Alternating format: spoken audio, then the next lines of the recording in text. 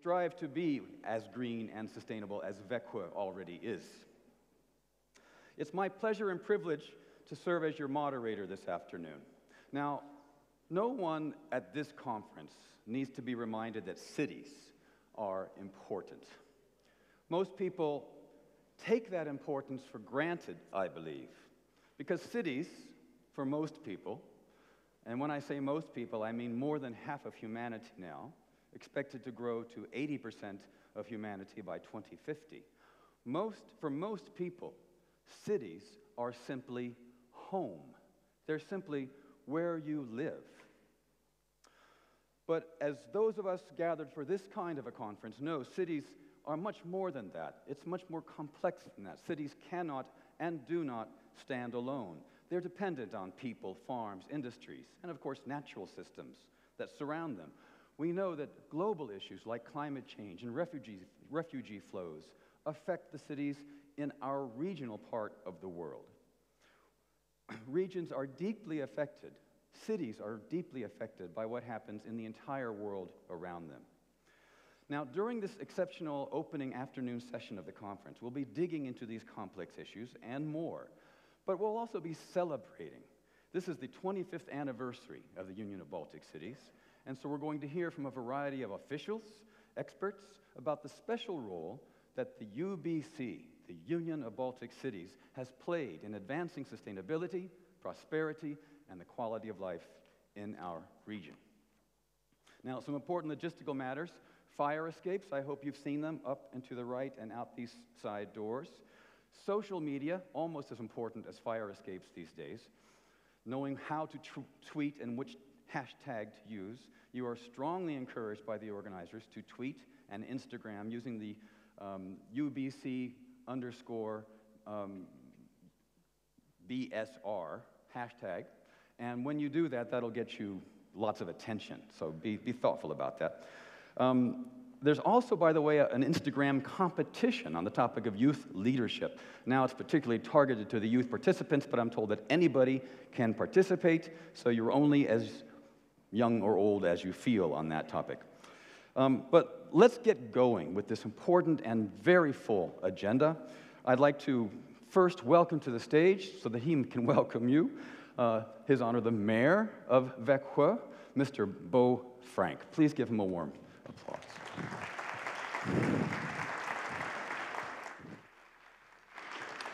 Thank you so much for coming here. I'm very proud to be part of this conference. My name is Bo Frank. I'm the Lord Mayor. Before the 1st of January this year, I was the mayor. The difference between the mayor and the Lord Mayor is that the mayor is taking decisions, the Lord Mayor is eating and drinking. That's the big difference. I've been part of the City Council for almost 43 years. So I've been involved in the sustainability issues in Växjö for a long, long time. And we are very proud to be appointed as the greenest city in Europe. In fact, we were appointed by European media as being the greenest city in 1997. In 2002, we got a recognition from the United Nations as being the best city in the world for climate protection. We have a very important thing to tell you, political cooperation. The new mayor, Jaana, is in the middle, the deputy mayor, Per Sköldberg, the deputy mayor, Åsa Karlsson-Björkmark. We work together. They went to Germany to pick up also this recognition from European Union last year, and it proves that we are really the greenest city in Europe. We started our environmental discussion and our sustainability discussions all very, very early, in the 60s and the 70s. In this municipality of Växjö, we have 100 lakes. In the city center, 7 lakes. The lakes have good quality of water. The water quality in the lake of Växjö in the city center is the best water quality for 300 years. So you could do fishing and swimming in the middle of the city. So we have restored our polluted lakes. So each citizen should have a walking distance to a nice lake. That's what we're working for. In the 80s, we started with renewable energy. So we went from the fossil-fuel-free society to the bioenergy society, and that was our transition. We have also started a lot of cooperation with university and business lives. That's also part of our success. And now, since 1 year back, we work with Agenda 2030. And that is an ongoing process. The whole city is involved. And sometimes people ask me, what's your budget for Agenda 2030? I say 5 billion, the whole city budget. All employed by the persons employed by the city are working with the same issues. Biodiversity is, of course, very important for us, and we are very close to the nature. We clean our water, we take care of wastewater in a good way, the stormwater, so the quality of the lakes should even be better and better because we know how to take care of wastewater and stormwater.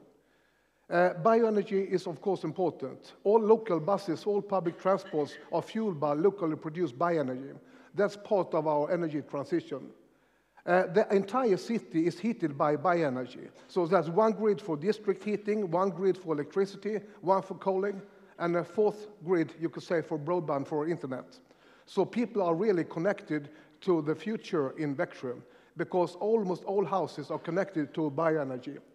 We were the first city in the world to take this declaration of being a fossil fuel-free city.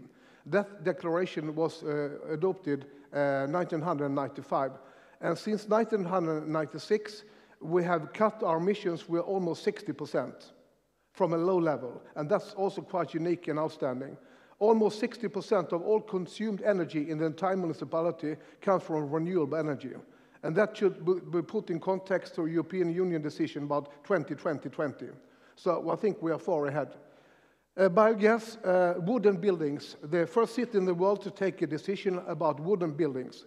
67% of all new houses are wooden constructions. Wood is the only renewable building material. So we have stated that 50% of the homes or the schools or whatever we build should be wooden constructions, but the market is even faster than the city. So 67% are wooden constructions. And we have the technique now to build tall buildings with wood. And wooden construction is in fact more safe to fire than steel and concrete. The transition has been a boost also to the local economical life. We are sourcing our economic waste, we are recycling a lot. We are going to pick up different fractures at people's homes so they don't need to bring the car to a recycling station. The city buses, nutritions we use. So each citizen feels they are involved in this process when they put the organic waste in a special box for biogas. The agenda, 2030, we will be a fossil fuel-free city. Some 3 years, our national government in Sweden adopted Växjö's program. So some 3 years ago, the national government stated that Sweden should be the first fossil fuel-free country in the world 2030. And they have also adopted our way of working together with university and working together with business life. So the renewable energy is very important, and the energy transition is important. Let's see what we have more. Agenda 2030. We have discussed what areas we should focus on, and this is an ongoing process. We could also say that the Agenda 2030 is also implemented in the city budget. We started 1.5 years ago to work with this process. And I think the Deputy Mayor Per Sköldberg will like to have a proposal that we might work together to define and develop Agenda 2030. What about tomorrow? Yes, we must build a sustainable society. We have also worked with indicators for sustainability since many years back in Växjö. That's also quite unique. How do we, for example, measure gender and equal opportunities? Easy. We compare men's incomes to females' income. So we can measure poverty, education, democracy with a lot of different indicators, as well as water, the quality of water, etc. That's also very important. The political commitment, that's also, I will stop saying unique in the world or first in the world, but since 1991, all political parties in Växjö have shared exactly the same opinion on all issues regarding environment, transport, and energy. I think that's quite unique in the world. So we are all committed to work for a sustainable society. We have annual conferences with the university and the business life, and instead of discussing Earth Hour, we have a Växjö and Earth Week, where we try to involve as many people as we can. And this week is a march every year, Earth Week. So come here and look for Earth Week and all the activities we work together. I think that was all. Thank you for your attention.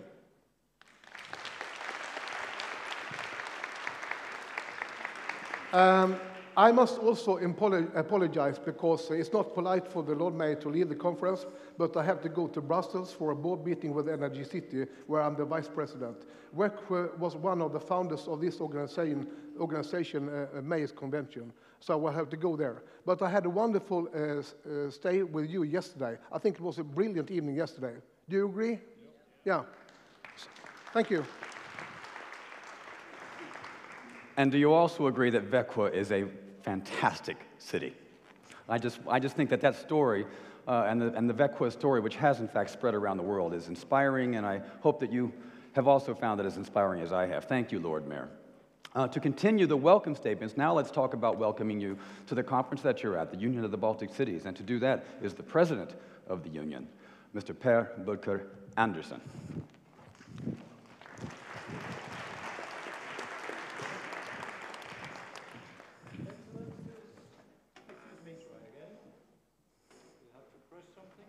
He has to press something.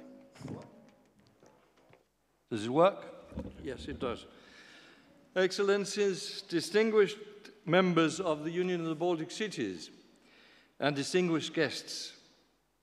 26 years ago, we all experienced a sort of euphoria in the Baltic Sea area. What had seemed so far, far away just a few years before suddenly became reality. Iron curtains had vanished, and people again had the opportunity to go abroad, to visit neighboring countries and cities, and most of all, to participate in decision-making in their own cities and surroundings. Free elections and the right to express themselves, to communicate, to form parties, all the things we expect of a modern humanistic and democratic society. But give it a thought. It is but 26 years ago. At that time, both national and local politicians were very much aware of the difficulties that lay ahead. The need for skilled public servants at all levels, for society to continue to deliver basic services to the citizens. And being realistic enough, they also anticipated that a big number of the old employees would have to leave office in a new way of organizing the local society. That was what led to the creation of the Union of Baltic Cities. Ministers, mayors, and council members from the western part of the Baltic devoted themselves to help their new neighbors, or you could say all old neighbors, with the necessary capacity building, offering exchange of civil servants in different areas. But note, not to have them copy the Western way of doing things, but to present examples that might be translated into the surroundings where they should be used. The first president of the Union of the Baltic Cities, Anders Engström, former mayor of Kalmar, literally drove around the Baltic Sea offering his help on behalf of the founders of the UBC. Does this sound like a fairy tale? Maybe. But then remember that in fairy tales we normally see a lot of trouble before the happy ending. During more than 26 years that have passed, countries and cities have met a lot of challenges. Not every step has been an easy one, but we have all followed the positive development of each unit as it went along. Although we are now, almost all, members of the EU, we still respect the founding ideas, namely respect for democracy and democratic rights independent of belief, nationality, or ethnic heritage. We still base our cooperation on respect for our common, but also different history in the Baltic Sea area. And we cherish the diversity in culture, in language, and in nature. It was necessary to start working with very small funds. And therefore the result was that no big political secretariat was the first to be established. Instead, different commissions with participants from different countries and cities exchanged experiences for free.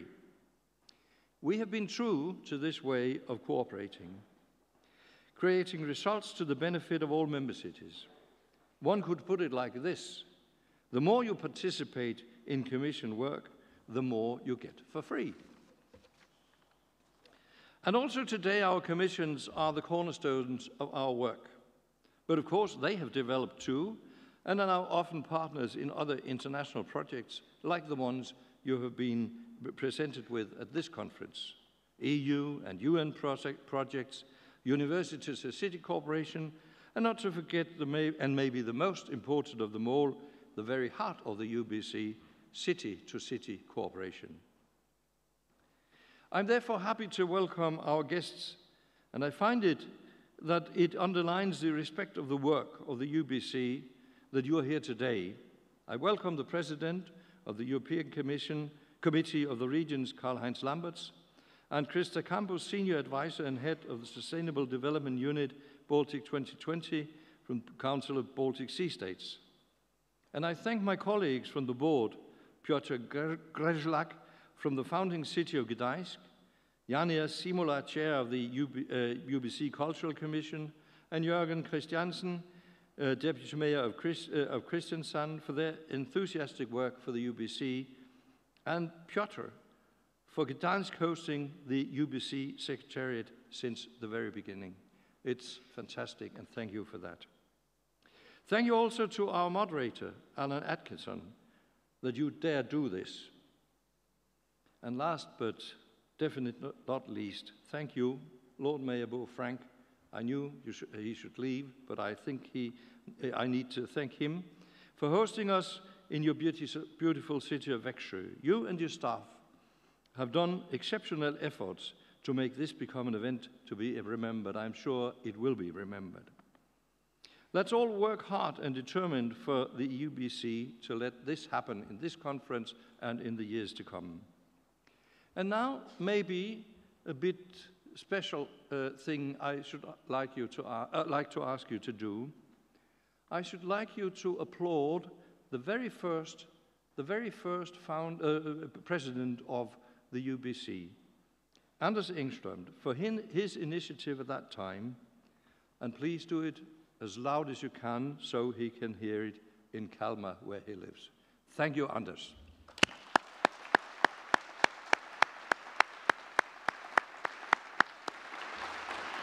And thank you for your attention.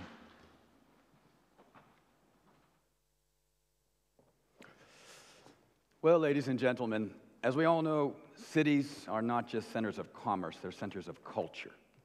And I think it's therefore wonderfully appropriate that the organizers have prepared that we open this session after these welcome speeches by Per Andersen and Bo Frank, not with more speeches, but with music. So you're going to be treated to a short concert here in this beautiful concert house in Växjö. And who's going to be singing for you?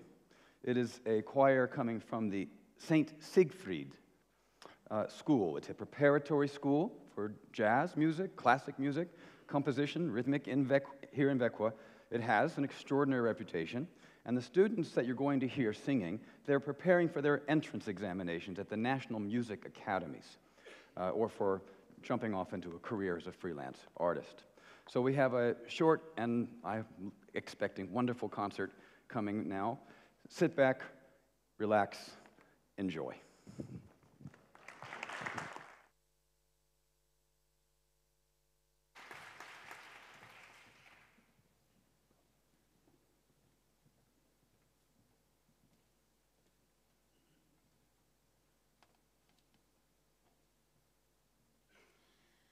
I would walk through the desert year after year if that would give me one day with you in paradise. And if storms come, just let them come. May it be the rain outside or the tempest in your mind. Then let my heart be your sanctuary, because what would I not do for you who I love?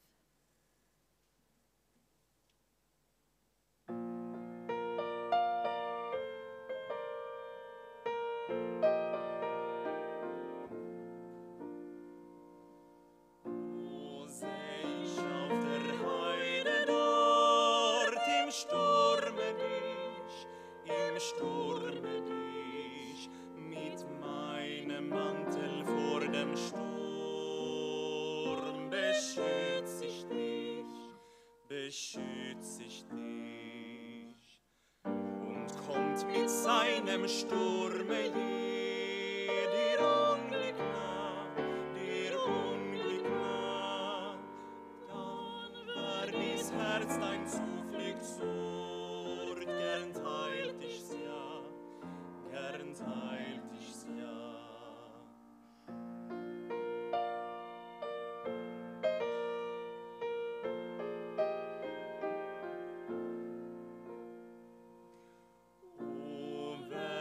In der Wüste so braun und dürr, zum Paradiese wurde sie. Wärst du bei mir, und wär ein König ich und wär die Erde mein,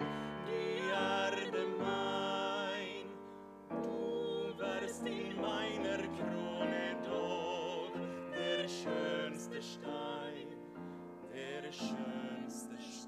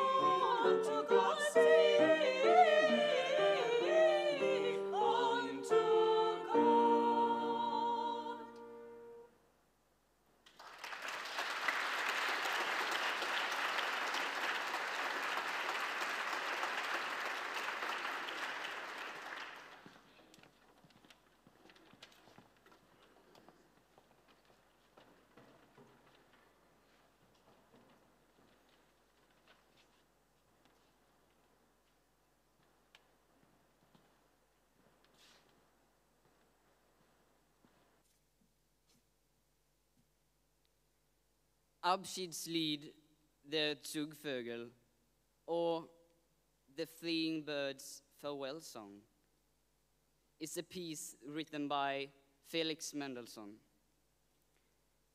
It's a song about the birds now grieving because summer is over and now have to fly from their nests. And when we together sat down and translated the lyrics, we saw a connection between it and the horrible things happening out in the world today.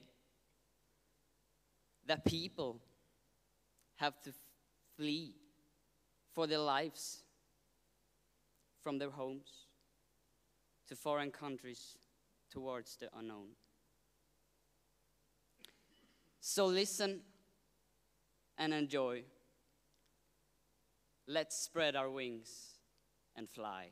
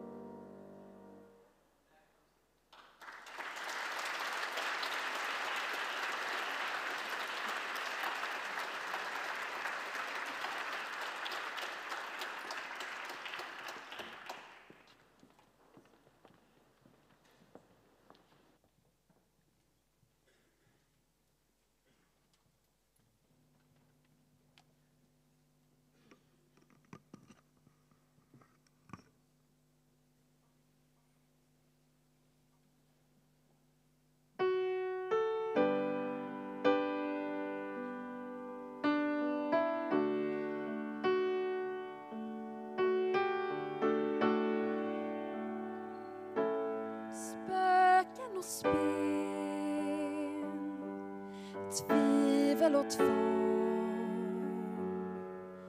Månen går upp, den ser var du är. Lyser i natt och strålarna följer mig. De hör mig viska där du andas,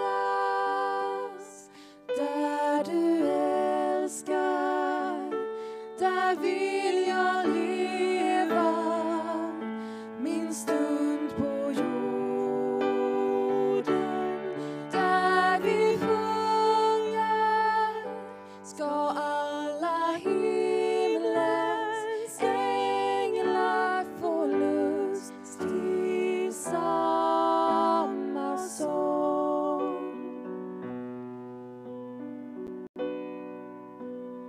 Ljudet av oss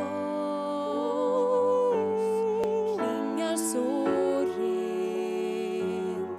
Den blir till en bild av kärlekens väg och hoppet och tro att ingenting är för sent, att hjärtat ska få ro. Där du andas, där du älskar, där vill jag leva min stund på jorden. Där vi sjunger ska alla himlens änglar få lust till samma sång. På samma gång, i samma sång.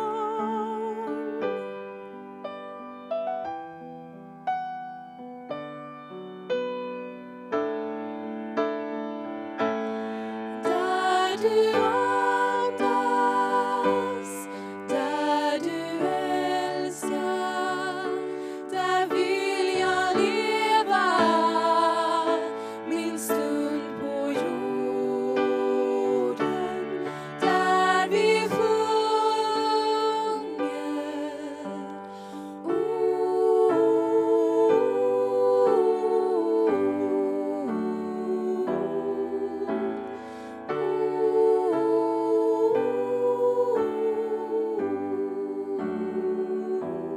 samma längtan, samma drömmar, samma måne, samma toner, som samma röst i samma sång.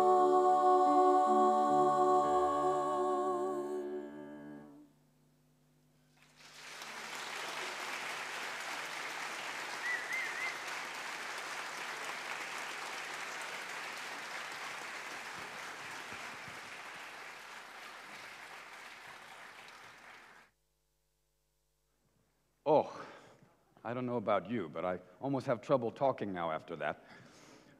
The lyrics of that song were also beautiful. Thank you for that wonderful music. I now am convinced that I think all conferences should start this way. But now we're going to move into our main course, you might say, in this beautiful banquet prepared for us by the UBC and the city of Växjö. And we'll have 5 short presentations to help us open up this first panel, or to get the panel part of it going. 5 very eminent and interesting speakers.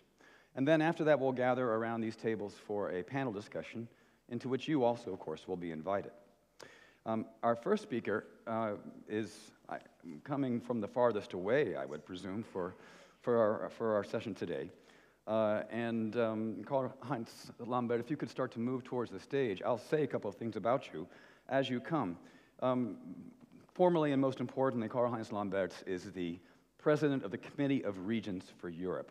But I also noticed, sir, that when the first song broke out, you smiled, because it was in German, and I know that you're coming from the part of Belgium that is not just the Flemish or the Wallonian part, but the German-speaking part of Belgium. So I welcome you to our stage, and we look forward to hearing your thoughts about the Union of the Baltic Cities. Thank you very much, and thank you also to these wonderful young people who give us this cultural contribution. Excellencies, ladies and gentlemen, dear colleagues, I would like to thank you, and in particular your president, my colleague and friend Bødker Andersen, for having invited me to your general conference. It is an honor for the European Committee of Regions and also for me to participate in this event. It is also a pleasure to see so many colleagues and friends here in Växjö, the greenest city of Europe. I would like to start by congratulating you for your achievements.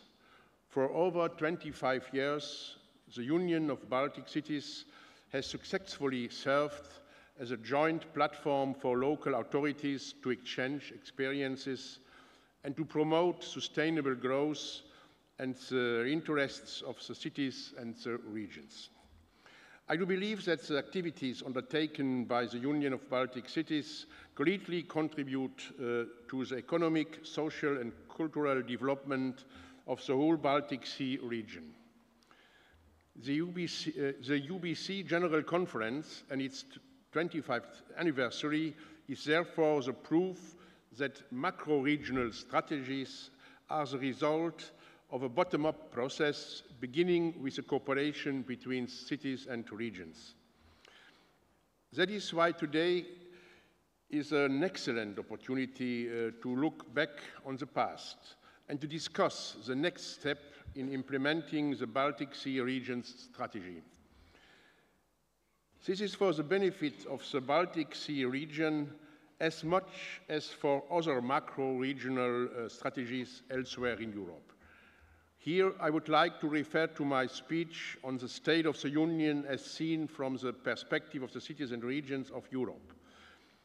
Some of you were following my statement at the Committee of the Regions Plenary on 10 October, and their President of the European Council, Mr. Tusk, was also attending, and it is worthy to mention, especially here, that President Tusk is proud to be a native of a Baltic city, the city of Gdańsk. As I said in the statement, our approach is simple. We must see Europe from the local and regional perspective and build it from the bottom up with the involvement of European citizens.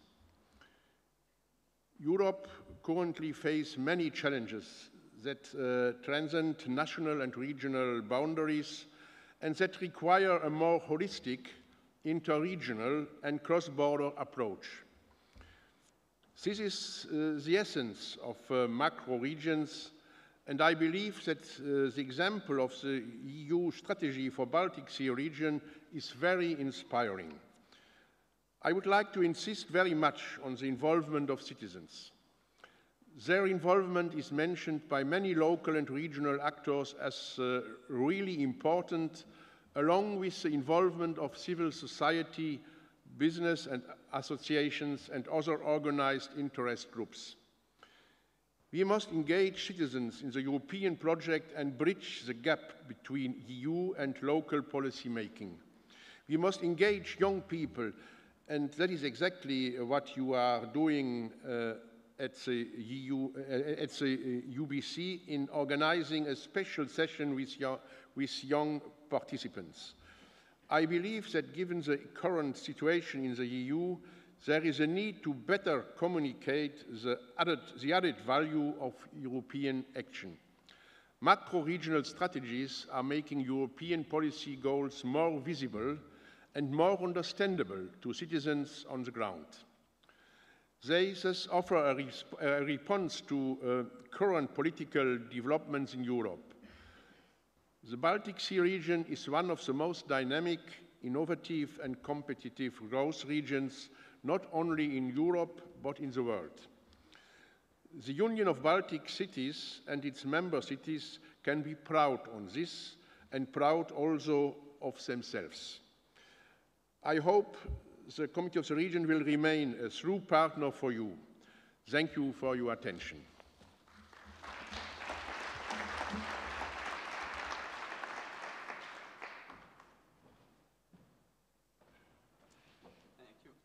Thank you, Mr. Lambertz, for coming so far to deliver an important message from the heart of Europe on the importance of our work here in this region. And having mentioned Gdańsk as the home city of the current President of the Council of Europe, Donald Tusk, we are also fortunate today to have the Vice Mayor of Gdańsk, Mr. Piotr Grzelak. Thank you for joining us.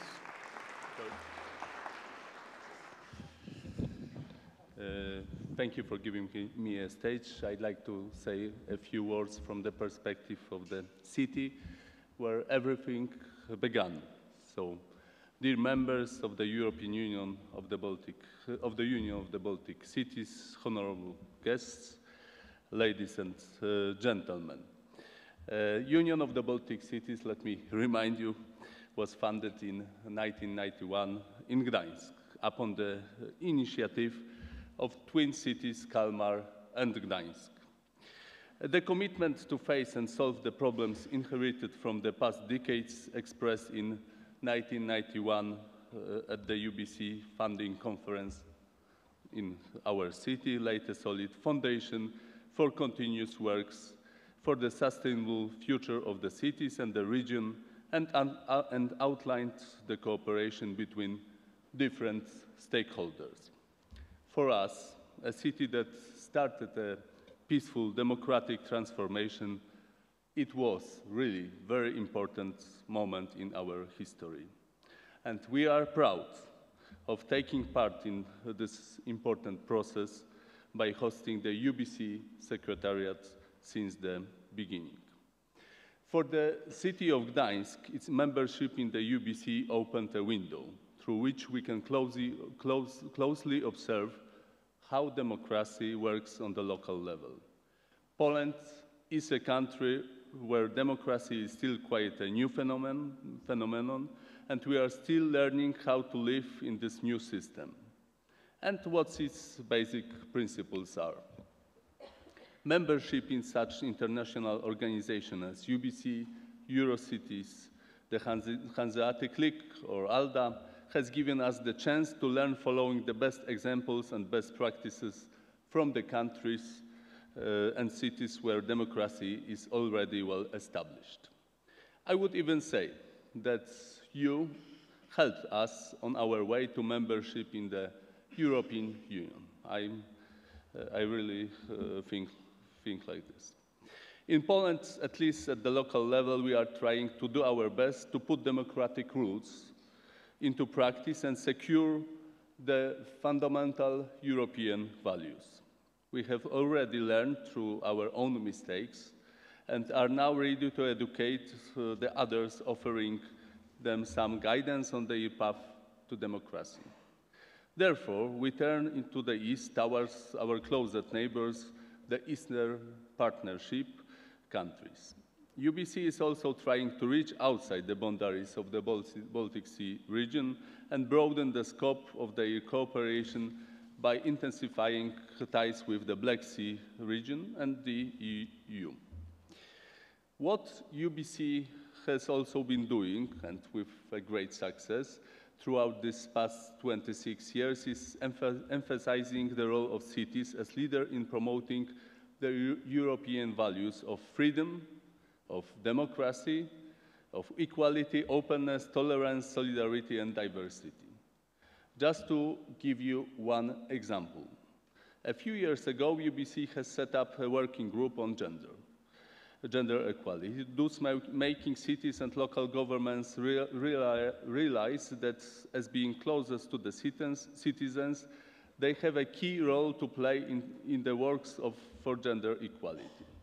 This is just one of many examples that proves that UBC moves with the times and can quickly and appropriately respond once the fundamental European democratic values are being threatened.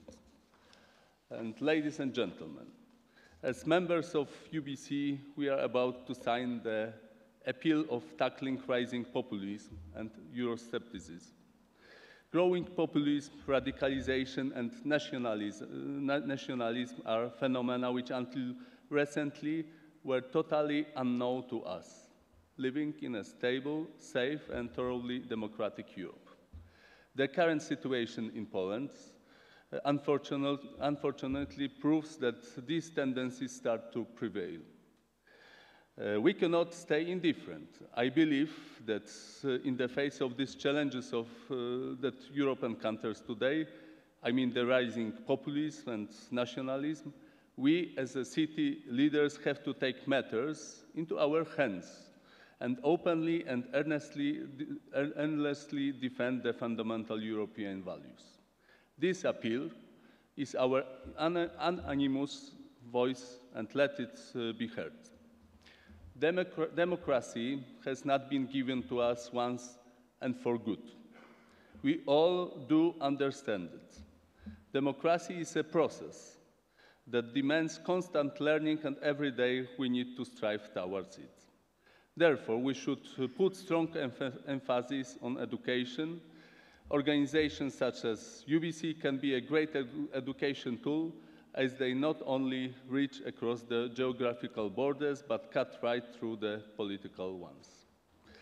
Ladies and gentlemen, I honestly believe that the friendly forum of the UBC member cities that was launched back in 1991 and has been successfully growing since then will continue to inspire and enhance further cooperation, and the cities grow, those contributing to a sustainable and peaceful development of Europe.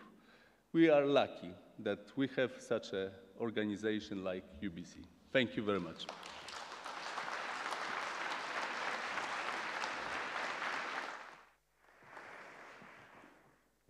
Thank you, Piotr. Now, our next speaker is Jaana Simula. She's an arts historian, an arts communicator, I guess an arts lover, and she is a lover of the Baltic Sea region, I would say. And she expresses that love in her service as the chair of the Cultural Cities Commission of the UBC. So Jaana, we look forward to hearing your thoughts on the cultural dimension of UBC's role in this world. Thank you, Alan.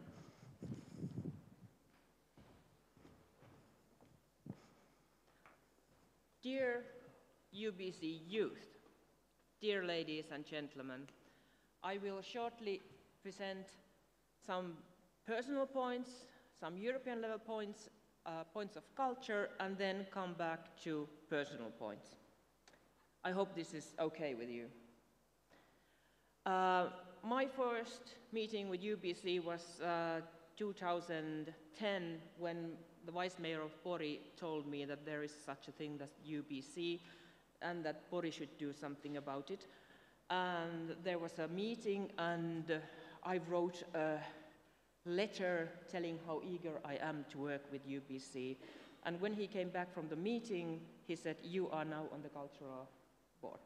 And I was totally amazed and happy.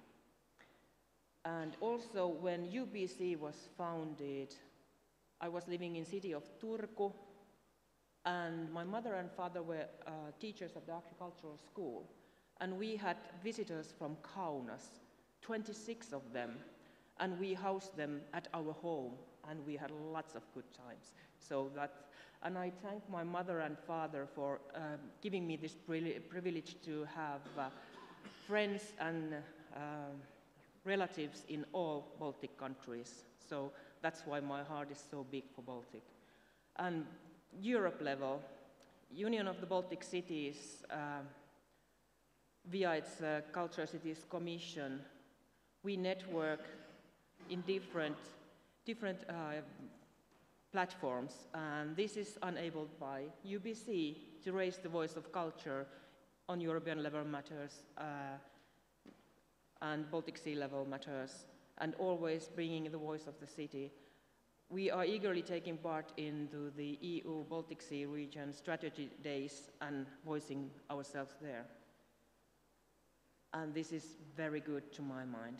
I never leave a meeting without saying and stating for culture, because it's vital. And also, culture is the key to sustainable leadership. And why is that? Culture enhances the society by making it accessible and inclusive. And that is what we need. We need now here, cities, countries, the world has to be accessible and inclusive.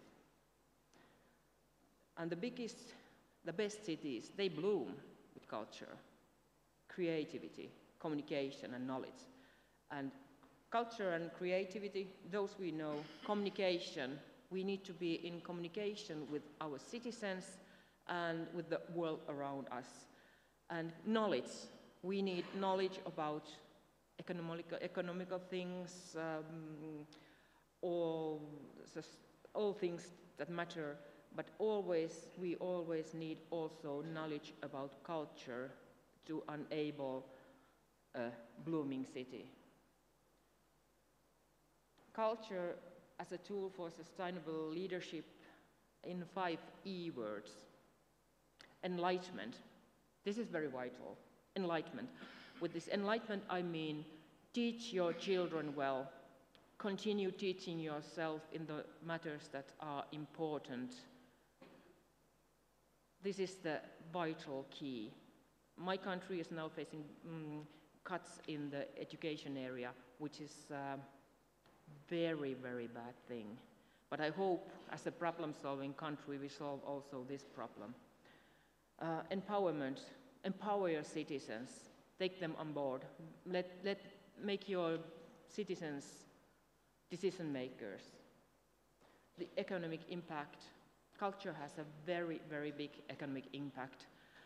There are a lot of studies about the impact of culture on the economical field. It is said that €1 in culture brings you €7 back, and I think the amount of euros coming back is increasing if you really invest in culture. And entertainment, this is what we need. We need to be entertained in many levels. We had entertainment here, but it is deeply rooted in our hearts. We were discussing, Alan was discussing that he saw the happy glimpse on the face of one of our panelists, and actually after the last song I had to, there was something in my eye because it was so beautiful. An experience, to experience everything and to experience it in a sustainable way makes you a person. So sustain culture, culture sustains you. And actually, what is the impact? What do you get? What do cities get about this? Just culture? What you get is a democratic and inclusive city with citizens that are able to solve problems together and to enjoy the good life.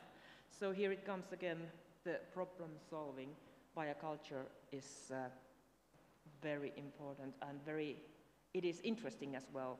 It includes gaming and it has a lot of motions, and there are plenty of ways to do the problem solving via culture. And then back to the personal matter.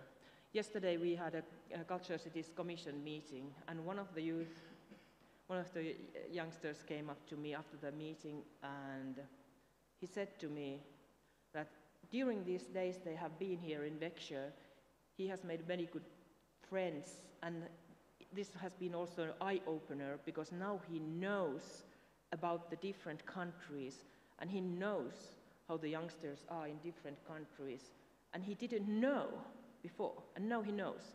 So this knowledge meant a lot to him, and then I could feel kind of go back to my memories about my parents giving me this opportunity to understand the world around me by bringing me the possibility to meet people from different countries and enjoy different cultures. So, culture it is. Thank you.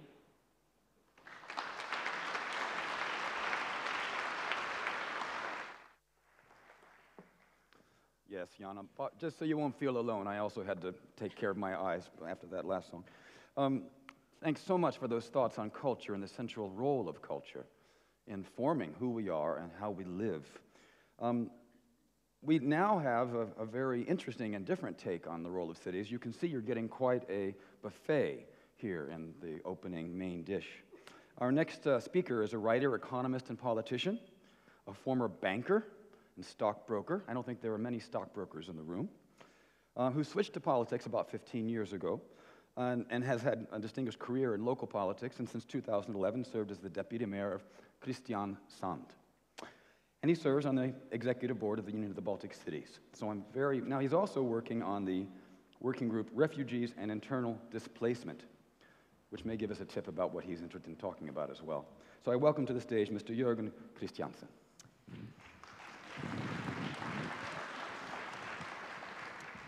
Thank you very much for the introduction. Dear President, both of you, dear mayors, dear all of you. It's really a great honor to be here, so thank you very much for the opportunity to speak to you. When time is so limited, you have to pick what you want to talk about, and I have only a few minutes here to talk to you.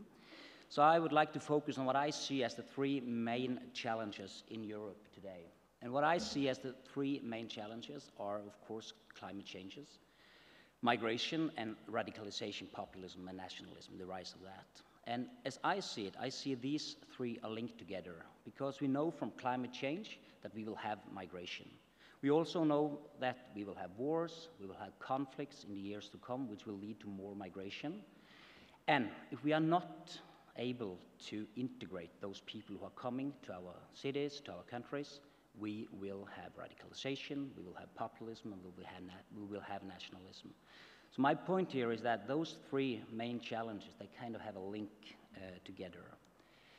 This is just to give you a picture of what we're talking about. These are the migration flows between 2010 and 2015, and it is massive, and it's probably gonna increase in the years to come. And there will be wars, there will be conflicts. So this is something we are facing and something we have to deal with. So what should we do? Well, I think everything comes down to a local level. Cities, we are a major player in this, and we have to deal with this on a local level. So we should team up with partners. And since time is very limited, I can't go into all details, but I would like here to focus on what I see as one of the main partners for cities, which is what I call the third sector. That is NGOs, that is volunteer organizations, and so on. We all have many of them. What I would like to focus on here is the picture up on the right-hand side. That is something really beautiful, and it's something that we call the buddy system. That is something we kind of invented in the 70s when we had Vietnamese boat refugees coming to Norway. We had to reinvent it now when we had a lot of Syrians coming to our city. The idea is that my family, for instance, we say that we will take charge of a Syrian family. We will take them to the zoo, we'll take them to the city center, we take them home for a dinner, and that's when the magic begins. That's when we start to talk, we start to becoming friends, we start to learning language, folklore, and so on. And that is so beautiful, and it's what I call when the magic begins, and to kind of speed up the integration process in a very, very good way. As I said, I don't have time to go into very much detail, so I would love to speak about that on another occasion, maybe in Rostock in March. The second partner I think we as cities should team up with is, of course, the business community. And also here, I don't have much time to talk about it, but I would like to mention one example here. We have a company called Stormberg in Norway, and they produce outwear winter clothing. And they decided we would put one refugee in all our stores all over Norway. And that is just a great example on how you can do this. So you have to team up with businesses in order to succeed in this. The third partner I would like to mention is what we call super integration centers. That is something really new in Norway, and we only have 5 of those centers, and my city has got one of them, actually the biggest one. The idea here is to take the most motivated refugees and put them into this center in order to speed up the process. Because for many years, refugees in my country, they have been waiting year after year after year But we have to do something. We have to, and that's so bad. It's so destructional for the immigrants. So we had to do something. So this is one of the things we really have very high expectations to. And we also have 5 different public offices present in that super integration center. So maybe also in Rostock, I could speak a little bit more about that. So if we are failing, if we are not doing anything on integration, we will see more extremists. We will see a rise of radicalization, we will see populism, and so on. And this is just to give you an idea what we're talking about. This is a report that was released last year in Norway, telling about those 137 extremists that we have in my country, 100 Syria fighters. 64% of them were unemployed. And only 4% of them had started in college, and only 1 of them had a college degree. So only by these numbers we can say that if we are able to give them some kind of education, to give them a job, we'll probably be better off. So, and if you're not succeeding, if you see that picture on the right-hand side, that is a guy called Hassan Duhulov. He grew up in a city 2 hours from where I live, in a city called Larvik. He was part of the massacre in the Westgate shopping center in Kenya in 2013. 63 people were killed. So this is what part of what we are facing. So we have to succeed on these issues. So let me wrap it up here. Less than 7 minutes. This is my summary. As already said, climate changes will lead to migration. We know there will be wars, there will be conflicts, which will lead to more migration. So we haven't seen the wave that we saw in 2015. That's not the last one. We will see more waves coming to Europe, and we have to succeed on integration. And this is truly a threat. So we have to put focus on these issues. So thank you very much.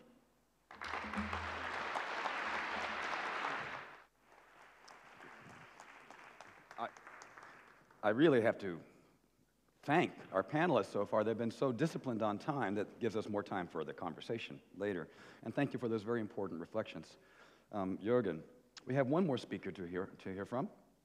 And it's a very great pleasure for me to introduce her, Krista Kampus, Senior Advisor, Head of the Sustainable Development Unit, Baltic 2030, Council of the Baltic Sea States, which is helping to bring the direction and action of the United Nations Sustainable Development Goals and that agenda into the Baltic Sea cooperation, and also a good colleague and friend. Krista, the stage is yours.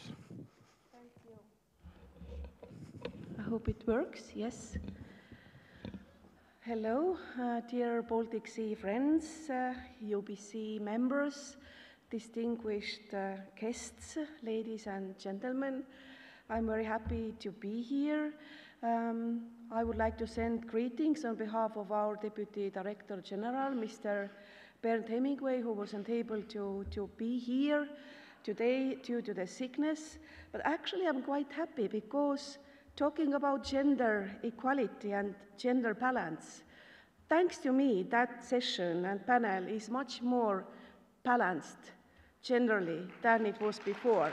So that is the way how we can contribute to sustainable development and equality. The Council of the Baltic Sea States, as you might know, is a forum for intergovernmental cooperation. And I'm very pleased to say that among many other shared grounds between the CBSS and Union of the Baltic Cities, there is also one, and very important, it is age.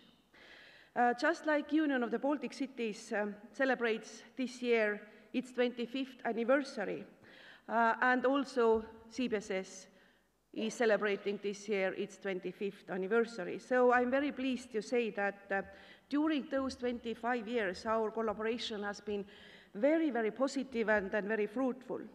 And in particular, and I'm following here also the main topic or theme of this conference today, Cities as Leaders for Global or Local Sustainable Development, I would like to highlight our cooperation in the field of sustainable development. And it actually dates back 20 years, and that was when the Baltic 21 process was initiated by the prime ministers of the Baltic region governments and the president of the European Commission. And that was when we all started working together for a sustainable and prosperous Baltic region. This long time of cooperation is something our region must be proud of, because it is a successful example of multi-level partnership in Europe, but also in the world. At the same time, we need to make sure that our work continues those processes that started 25 years ago. We have to share the success and the lessons we have learned. We also need to adapt to the current times, and I think the most biggest challenge is related to climate change, the impact to the refugee crisis, and our everyday lives, as just very brilliantly brought up by the previous speaker. So we have to collaborate, we have to jointly address the challenges like demographic changes. I also would like to stress youth unemployment, of course, political instabilities that has been already highlighted. But I also think that besides of addressing those challenges, we also have to really take advantages of the new opportunities that innovation and digitalization provides us with. And most importantly, and I think that is what we should not forget, all of that we have to do in a sustainable way. So, but how we can achieve that? I think that with the launch of Agenda 2030 and its Sustainable Development Goals, the Paris Agreement and the new urban agenda, we actually have now the global framework which gives us new incentives for cooperation. Coming back to the Baltic Sea region, in June this year, the foreign ministers of the Baltic Sea region countries endorsed the action plan, which called Baltic 2030. And this action plan is actually about how to apply sustainable development goals to our macro-regional context. The action plan also provides a roadmap for working together across all countries, across the sectors, and across all levels of governance to achieve sustainable transformation of our region. And here I really would like to stress the special role of the cities. Cities are at the heart of today's economic, environmental, and social challenges. We all know that more than 70% of the EU citizens live in urban areas, and about 85% of the EU GDP is generated in the cities. The urban areas are the engines of the European and also Baltic Sea region economy, and they also act as catalysts for innovative solutions, promoting the transition to a low-carbon and resilient society. So it is clear that many of the investments in order to achieve sustainability in the Baltic Sea region will be led by the cities and towns. Sustainable development depends also on the ability of local and regional governments to promote integrated, inclusive, and sustainable territorial development. We have also here some good examples here in the Baltic Sea region, and also thanks to the Union of the Baltic Cities and the collaboration in the framework of the UBC. UBC has Sustainability Action Program 2010-2012. We have also leading cities like Aarhus, Lahti, Malmö, Copenhagen, Oslo, Helsinki, Turku, Tartu, Karlstad, Klaipėda, who are working with sustainable development issues from different perspectives, and many of those cities have also set ambitious goals for CO2 reduction. And the host of today's city, Växjö, is also one of the best examples of integrated approaches to sustainable development.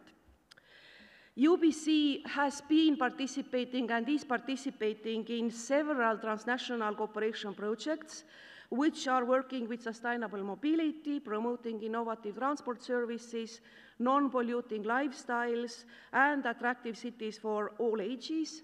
I can just mention some of them, like Carpe Essence or Project Skansi. But there is also a close cooperation between the Union of the Baltic Cities and Council of the Baltic Sea States, because we are not working only with the governments. We are working with the communities and the cities and the NGOs and the private sector and research. During the years, Union of the Baltic Cities and Council of the Baltic Sea States have been cooperating, for example, on climate change, disaster risk reduction, soft security, but also on youth and culture. And we definitely intend to continue this path, because we all have to collaborate more closely in order really to create the synergies and added value of what we are doing. You know, the Baltic Cities Committee on Culture and Jaana contributes to our work on sustainable development through, for example, Culturability Project, and this is about leadership on sustainable development and how culture can support sustainable development goals. The Union of the Baltic Cities Commission is one of the most active members of the Council of the Baltic Sea States expert group on sustainable development. We also share work in the frame of the EU strategy for the Baltic Sea region in the fields of climate change and resilience. And here I would like to mention Project iWater, which is a flagship project under Horizontal Action Climate within the EU strategy of the Baltic Sea region, and I'm coordinating that horizontal action. So I'm very, very happy to have such a prominent and important project under HA Climate. Last but not least, we also very highly appreciate that Union of the Baltic Cities has committed to climate change efforts also globally by officially cooperating since November last year with CDP, which is the world's leading organization on voluntary climate reporting. And that involves more than 500 cities worldwide and more than 5,800 companies. And we also welcome the state-of-the-art climate leadership report that is launched during this conference as one of the very important outputs of this partnership. And finally, let me conclude with highlighting the importance of leadership, and that is exactly what this conference is about. Because I think that leadership in 21st century is not only something that requires the ability to continuously manage crisis and change, but also it requires vision and to see around, to see beneath and beyond the obvious in order to anticipate the unexpected before circumstances force your hand. As Malcolm Gladwell described in his book, The Tipping Point, he states, and I quote, "The success of any kind of social epidemic is heavily dependent on the involvement of people with a particular and rare set of social gifts." And these people are also called as a change agents. In today's complex and turbulent world, every leader must be a change agent. They should have a clear vision. They should take responsibility for resolving difficult challenges. They should be patient yet persistent. They should ask tough questions, and they should ensure accountability over the time. So, dear audience, I think that you are the urban agents of change. You are the ones who stimulate, facilitate, and coordinate the change effort to ensure the well-being and prosperity of the Baltic Sea region. So I thank you very much for your hard work, and I wish you good discussions during this conference. Thank you.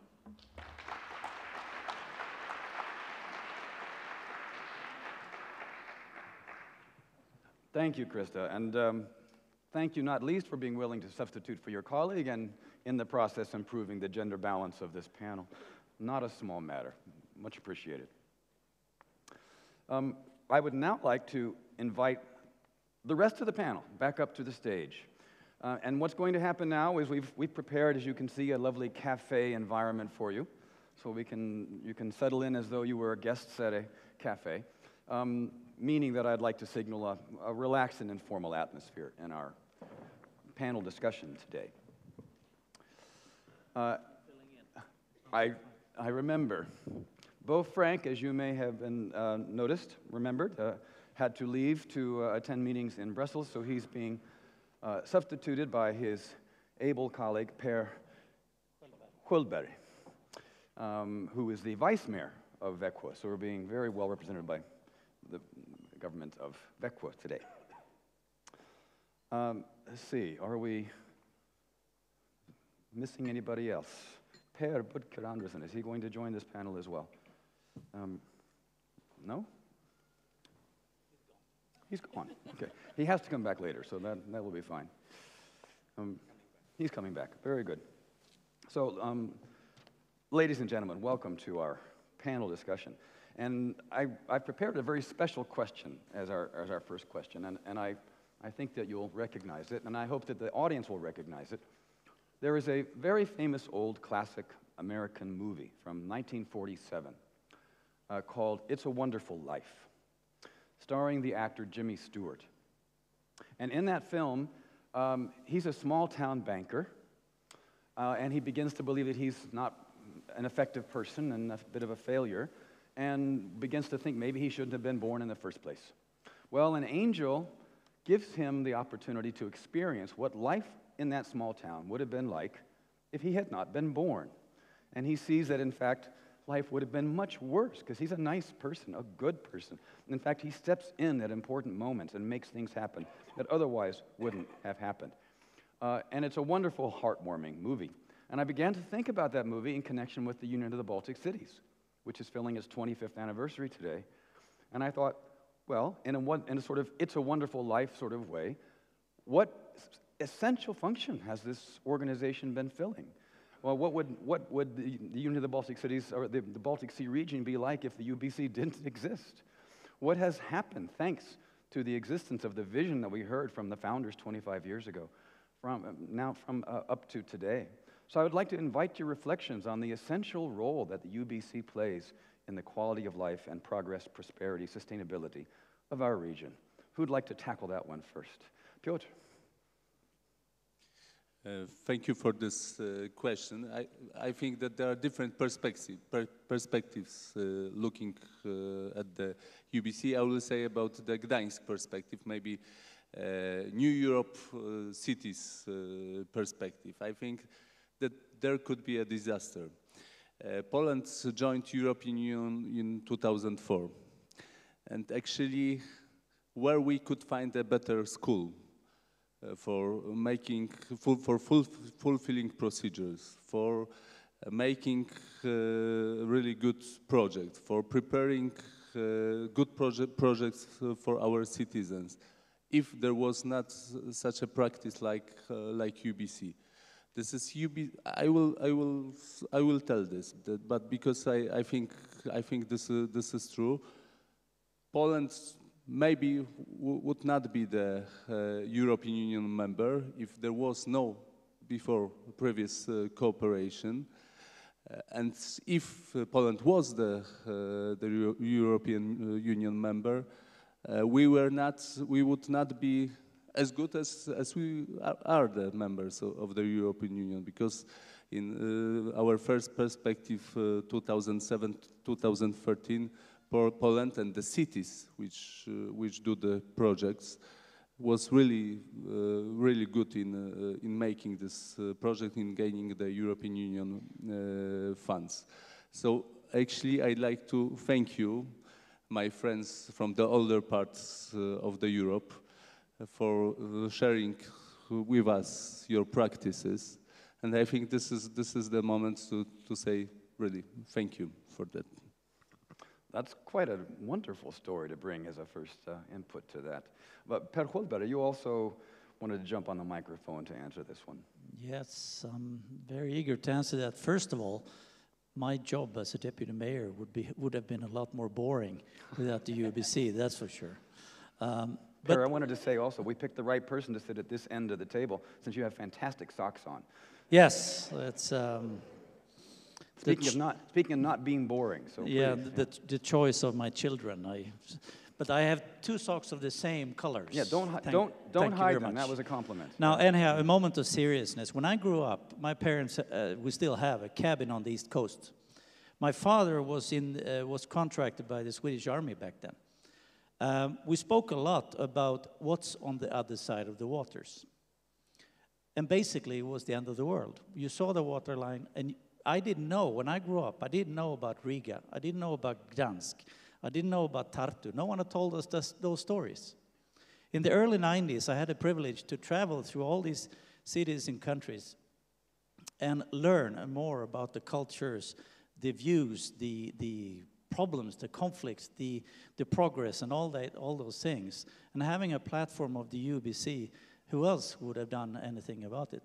And if not the UBC had occurred, something else had occurred, because it's of vital importance to have communication between different types of people. And I strongly believe my job as a deputy mayor, I have a number of phone calls. I know I can call Piotr any second. I can call Jørgen, I can call anybody on the sort of city level. What do you do about this? And that openness and that way of communication, I think, contributes to a more safe and stable part of the world that we live in. Mm-hmm. Thank you, very clear. Anybody else on the panel who has a reflection about the, yes, Krista, the essential role? My reflection, Does it work? No? Yes. Peter up there is in control, so you have to give him a chance to see what color you've picked up, and he turns it on. I'm outsider, of course, although actually I ran to the local elections in Tallinn this October. Did pretty well, actually. But anyway, so my reflections.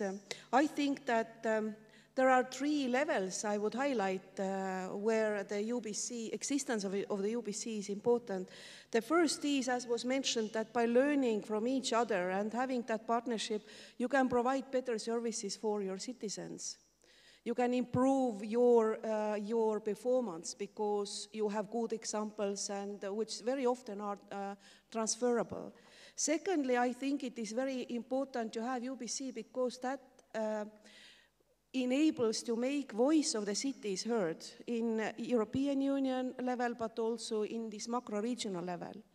And the third one, I think it is related to, let's say, culture of governance and culture of political processes.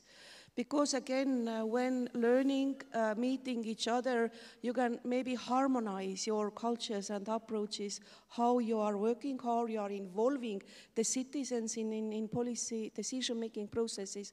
So I think that without UBC, probably something like that would have happened, but it wouldn't have been as effective and efficient as it, of course, is when having Union of the Baltic Cities. Some kind of cooperation would always occur, but it would be ad hoc as opposed to well-structured and accelerated.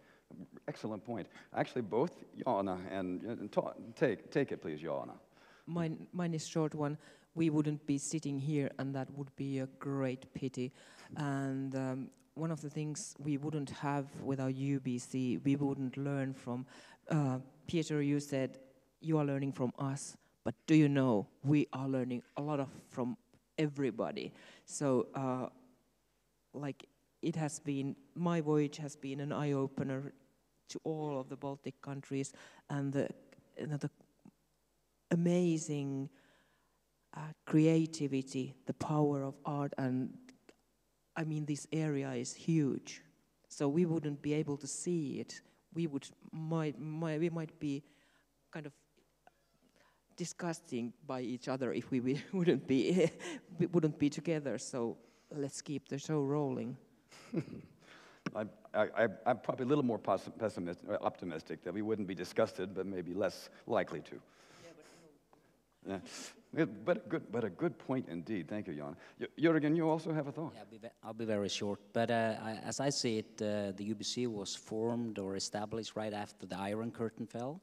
And I think it was very important in those days. But in the years to come, I think we are building down walls. And as Per is saying, it's so easy to call each other. And so the thing about building down walls and getting to know each other, and as you also said, you didn't know what was on the other side of the Baltic Sea. That's true. We didn't know. It was the curtain was there, and so it has really been a good basis to get to know each other and to learn from each other. I always remember when I'm bringing guests from overseas to see our part of Sweden, in this case, what do you tell them? You show them the museums and you explain, well, there used to be a lot of wars between this side and that side. And it is lovely to know that the cities, among other entities, just get together and have important conversations instead of important battles these days.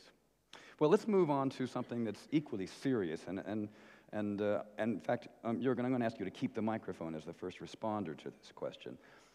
At the end of this session, President Andersen is going to call for a formal adoption of something called the Växjö Appeal, and you all received it in your preliminary materials. It has to do with taking a stand as cities, as the UBC, against rising populism and Euroscepticism. And part of that appeal speaks of cities showing solidarity with moral rules and human rights. And Piotr, I'm going to come back to you on this one also. All of you maybe will want to speak to it. You talked about needing to take matters into your own hands in some of these issues. So my question, and the way I framed it anyway, and you may of course take it any way you like, is this issue of showing solidarity as cities to these basic issues of rights and morality.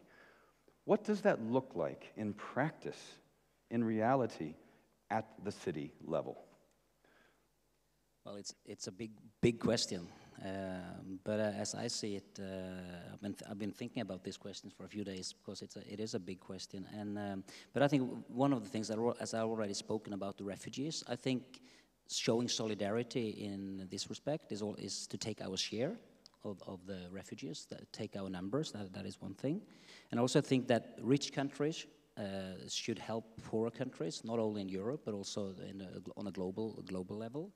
And a third thing is that also we have the freedom of speech, but we should use the freedom of speech in a wise way.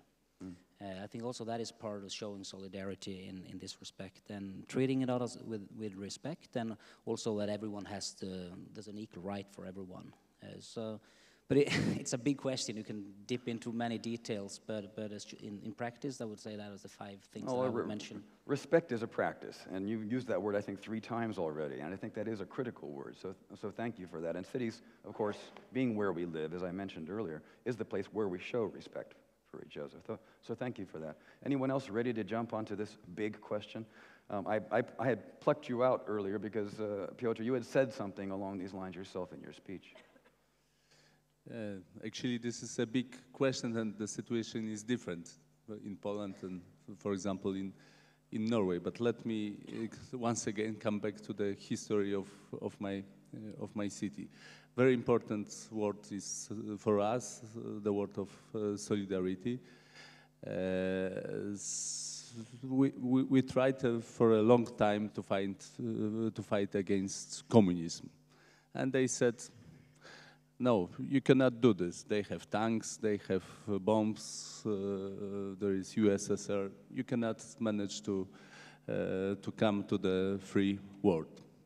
And in Gdańsk, there was invented the word of solidarity, not fight, but solidarity. And with a solidarity word, with a solidarity idea, we came to the point of freedom. So. As well in this very difficult situation in Europe right now. Usually we think we should fight, we should close our borders, we should fight with this problem. I think we should change our perspective.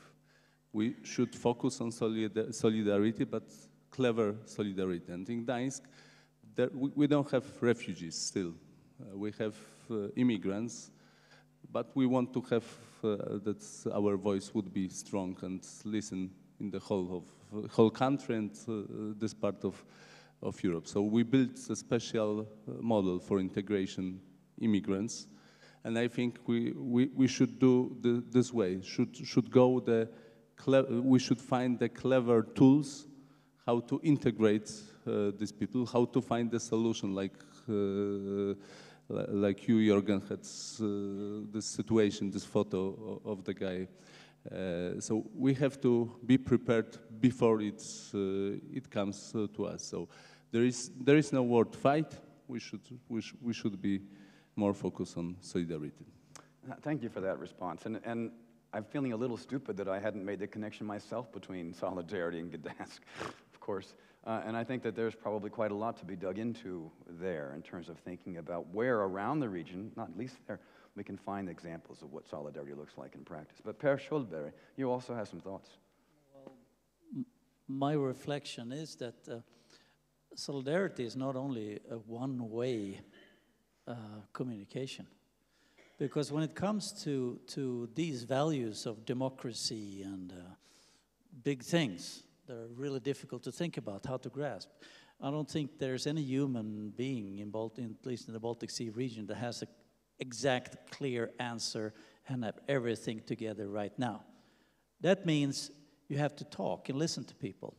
And I can choose, being a deputy mayor, walking the main street here, up and down and talk to them. And we have really smart people in Växjö. But I think my responsibility as a deputy mayor will be enlightened and open up ideas for me to think all these thoughts through to be a better deputy mayor. So showing solidarity is not only a one-way thing, it's a two-way thing, which means I get something back too and help each other out. So, and I appreciate, I must say, some all speeches, very good speeches today, because it shows these issues that are so complex and so difficult that the only way to get through is to help each other out. And that's solidarity to me. Thank you very much. And speaking of helping each other out, I'm going to absolutely give you the microphone, Jaana, don't worry. But I'm just noting that we're at the end of our scheduled time. So I'm going to keep us going for 2 or 3 more minutes so we can do what we need to do, and then wrap it up quickly. But please, Jaana. Yeah, solidarity for me is that every person has opportunity to go to school and learn. So it's about enlightenment again. And when Solidarność was in a rise in Poland, my mother took me to the Solidarity office to show how solidarity works. Thank you. Thank you, Jaana. And to all of you in the audience, please forgive me that we have not managed to find the time to take in questions from the audience this time. We've had a very packed schedule before the break, but in the second panel sessions, we'll have more time, we hope, for sending microphones around and seeing what's on your mind. I hope you're tweeting and Instagramming, and I hope you know what tweet and Instagram means. I want to, of course, thank our panel for both fantastic speeches and for very thoughtful interventions in our panel discussions. So thank you very much. You can sit.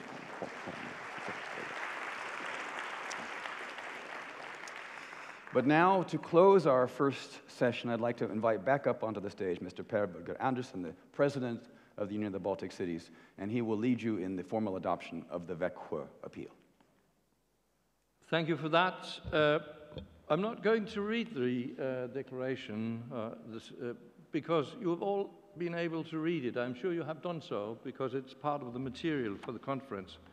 What is, I think, very important has been said up from the different speakers. So I'll just quote what the 2 last lines are. We appeal to all our member cities, their mayors, and all our partners and friends. Let us stand up and show leadership in this hour of uncertainty. Together we can make the difference. And the board yesterday approved the text, and therefore I can put it forward to the General Conference. I hope you will do the same. We can do it commonly, applauding, and thereby it will be decided. Are you ready?